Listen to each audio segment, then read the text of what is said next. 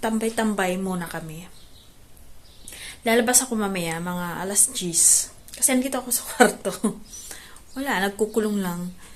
Kasi usually kapag ganitong maaga, nagkukulong lang kami dito lang kami sa kwarto, pati yung biyanan ko. Ayun lang. Siguro mag-e-edit ako. Mag-edit ako ng another video.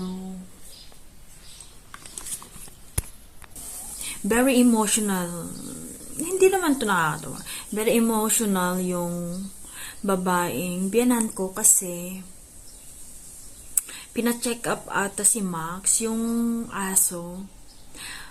Tapos, ang sinabi, kasi Romania, siyempre iba yung salita nila, yung naintindihan ko lang, na parang pina-check up, ganito, gesture lang, pero parang pina-check up yung aso. Andun na ata sa clinic ngayon. Sabi niya may sakit daw. Parang sakit sa puso. Oo. Parang gustong umiyak yung yung biyanan ko na babae. Naawa siya sa aso. Baka daw mamatay. Parang ganun yung pagkakaintindi ko kasi hindi kami nagkakaintindihan. Gesture lang. Tapos, yung konting words lang yung naiintindihan ko. Kaya, kasi ang sabi niya, mort. Ibig sabihin, dead. Siguro, ang sinasabi, may sakit sa puso, may sakit daw ata sa puso yung aso. Tapos, baka maari daw mamatay. Ay, sinasabi siguro yun yung naiintindihan ko eh. Para siguro mag-i-stay yung aso doon ng mga 3 weeks. Yun yung naiintindihan ko eh. Yung 3 weeks or 3 months. Kaya pala walang Max na pumupunta dito sa kwarto. Kapag kasi gising na sila, kasi magkasama sila, yung babae na biyanan ko, doon natutulog si Max. Kasi pag gising na yung babae, kapag gising na si mama, gising na rin si Max, bumibisita si Max dito sa kwarto. Yeah, pina-check up nga. I-update ko kayo mamaya kapag dumating si Vlad. Kasi nagtatanong ako nagtatanong ako sa tatay kung pina-check up ba nila. Hindi ata ako naintindihan. Ang hirap talaga kapag hindi kayo nagkakaintindihan. Kasi hindi masyado marunong sa English yung tatay, kaya minsan nahihirapan kami mag-communicate. Ayun. So, siguro tatanungin ko na lang mamaya si Vlad. Yes. Kasi kasi pinapakain ay ang hirap i-explain. Ang hirap i-explain.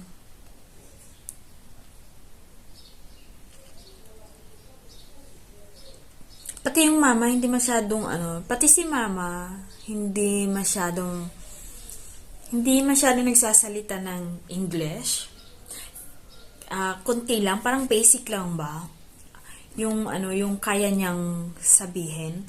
Kasi mostly daw kasi yung inaral daw nila ay French. Yung biyanan kong babae, French daw yung inaral. Tapos yung biyanan kong lalaki ay Russian naman yung alam. So, medyo complicated talaga. Lalo na kapag tatatlo kami, pag nasa lamesa na kami kumakain, may kinekwento yung babae sa akin. Lalo pag tatatlo talaga kami ha. Ayun, kwento. Ang sinasagot ko na lang, yes, siguro. Yun yung mga alam ko na yung mga basic din na alam ko. So, kaya madalas, dito lang ako sa loob para hindi kami masyado magchikahan. Kasi nahihirapan ako mag-explain sa kanila. Nadre-drain talaga yung utak ko. Kagaya kahapon, may sasabihin sana ako. Nakalimutan, sabi ko itanong ko kay Vlad. Pero nakalimutan ko ding itanong. Honest. Yes. Nakakaawa yung aso. Kasi last month ata yun, may day na parang ang lungkot ng aso tapos aggressive niya. Nagtatago lang siya sa ilalim ng kama. Ayaw kumain. Kasi parang anak na nila yun. Parang anak na nila. Yes, ayaw ko pa man din ng na nakakakita ng emotional. Kasi nahirapan ako mag-comfort. Hindi ako pang comfort na tao. Mag-edit lang ako, guys. Hindi ko alam kung ano yung edit.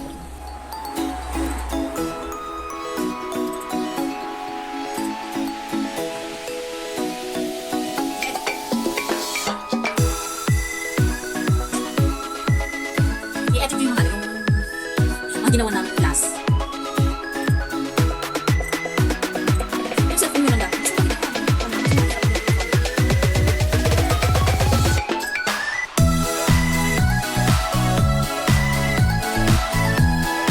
Andito na si Max. Max! Nagtago siya kasi lalagay yung lace. Maxi, come here na. Maxi! Natakot ata. Kasi kararating lang niya tapos ilalagay na nila yung lace sa leg. Natakot. Maxi! Ito na yung aso! Maxi! Maxi! Maxi!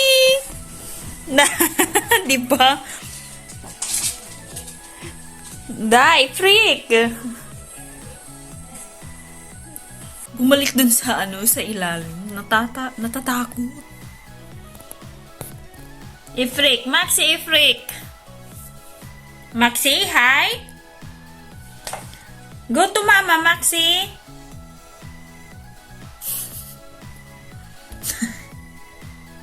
Kinalbo. Ang liit na niya. Maxi! Go to mama! So, magpapalit lang ako ng ano ba yung mga punda, mga ganun. Yes, papalit lang ako.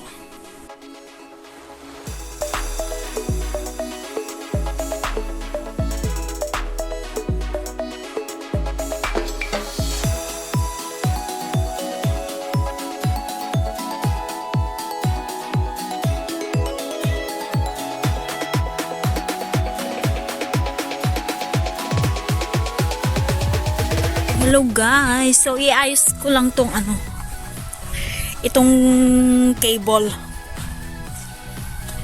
kasi nagano sila. Saan kayo?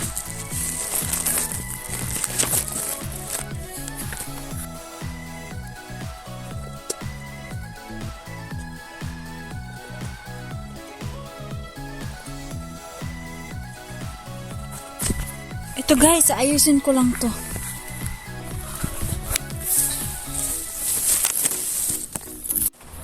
Hindi ko ata na-record yun.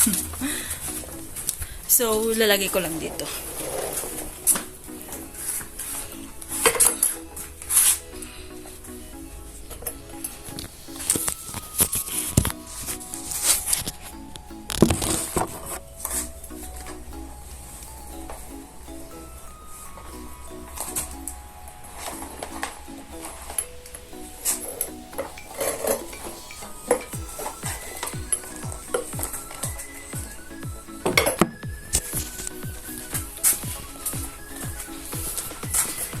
Ayan yung labada ko. Check ko muna kung kamusta sila.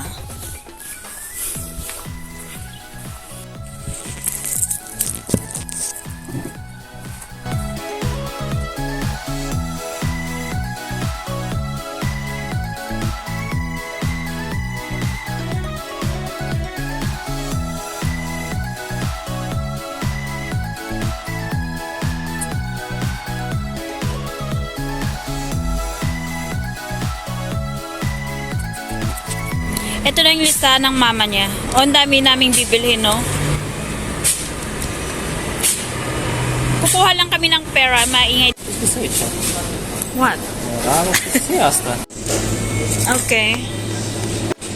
I bought potatoes. Andito kami ngayon sa Profi. Dito muna kami. Sa Profi muna kami. This good.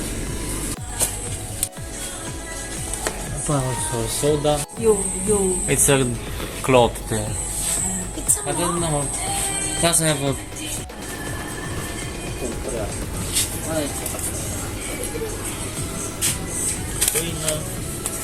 Normal naman. Vegeta, where are you, Vegeta?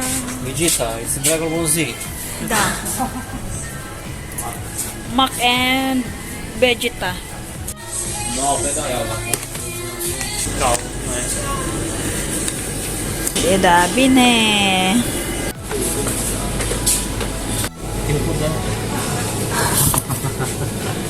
No. Give me. Ice? And I put 20 lei to mom. From my. What? Da? So, Oh. that's all? We're not going to buy the, Sure. the remaining, The remaining 4-1. It's nuts plus the. We're going to Penny? No, we go to buy To- medicine right now because I have to prepare. Da. Ah, this is Big Mouth. So, bili lang kami ng gamot. Maybe he is the reason why there is a noise a while ago. No? He is the reason. Maybe. So, ilagay lang namin itong mga binili namin sa sasakyan. Tapos, bili kami ng gamot. So, let's go! Bili lang kami ng gamot tapos uwi na kami. I don't can see. Drive safely. I will wait you here. Bine? Bibili lang siya ng gamot. Oh, Bine! Thank you so much. He opened the door. The window. Yes. I'm going I to will buy. wait you here. Bine, dog, I'm going fast. To Bine? buy, I'm gonna be back. I hope Yeah. in 5 minutes I'm done. Bine? Most of the things already done. Bine?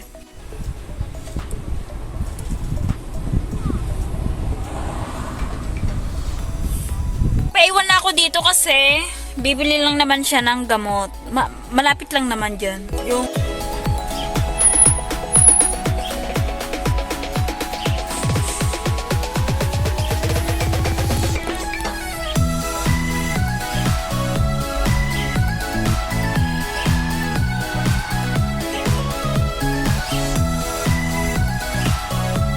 Lot Ito of na siya. people. Because there were a lot of people yeah, there because waiting. today is Friday. Yeah, and people came to buy medicine. Come to buy medicine. One I haven't found, Yes, then. but some other time. Uwi na kami. It's already 6 o'clock. No, it's not. 5:30? 5:10. 5:10. Kailangan na namin umuwi kasi hindi pa nagluto yung mama niya ng kakainin niya. Gutom daw kaya medyo galit kanina. Hungry a while ago because she didn't eat anything. I don't know why. Ah, this is heavy. No, you did not put here.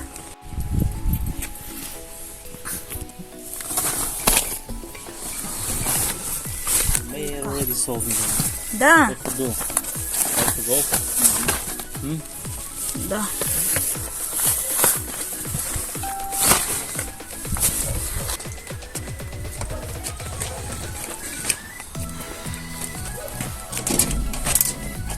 Me is nice that the door wasn't closed by the key. Da. You look like you want to be trained. I mean.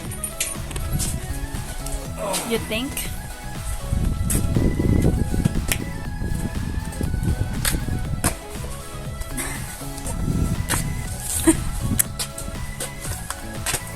Let's go.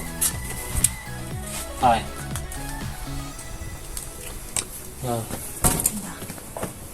Ma voglio più primaro. Him! He's preparing to go. I'm candidate for me. See, did you hear that? He's running for electoral.